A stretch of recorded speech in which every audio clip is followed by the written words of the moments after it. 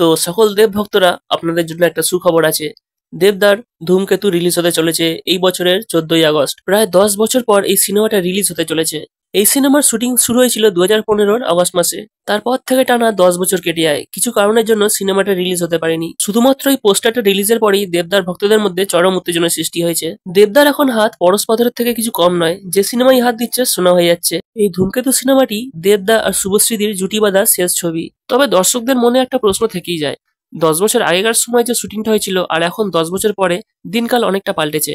দেবদা আর শুভশ্রীদি এখন আপগ্রেডেড হয়ে গেছে। ওনাদের অ্যাক্টিং লেভেলও এখন চরম পর্যায়ে। শুভশ্রীদি এ কথাটা নিজেই স্বীকার করেছে। আপনারা একবার ভিডিও ক্লিপটা দেখে নিন। আমি এখন অনেকটাই আপগ্রেডেড ভার্সন। এছাড়াও এই সিনেমাটা নিয়ে দেবদা চরম এক্সাইটেড। এই সিনেমাটা সম্পর্কে উনি কি বললেন একবার ভিডিওটা দেখে নিন। আমার জীবনের সবচেয়ে শ্রেষ্ঠ ছবি, মানে আমি আমার জীবন সবকিছু দিয়ে দিচ্ছি ছবিটার পিছনে। তবে সত্যি ভাবতে অবাক লাগে, আমরা 10 বছর আগেকার এসে দেবদার আর শুভশ্রীদির নস্টালজিয়া রুটটাকে ফিরে পেতে চলেছি। তবে আরেকটা সমস্যা থেকে গেল, কারণ 14ই August Hindi cinema War 2 release হচ্ছে। এই সিনেমাটার জন্য দর্শক মহলে চরম উত্তেজনা। এখন দেখার এটাই বক্স অফিসে কোন ছবিটি সবার থেকে বেশি সাফল্য পায়।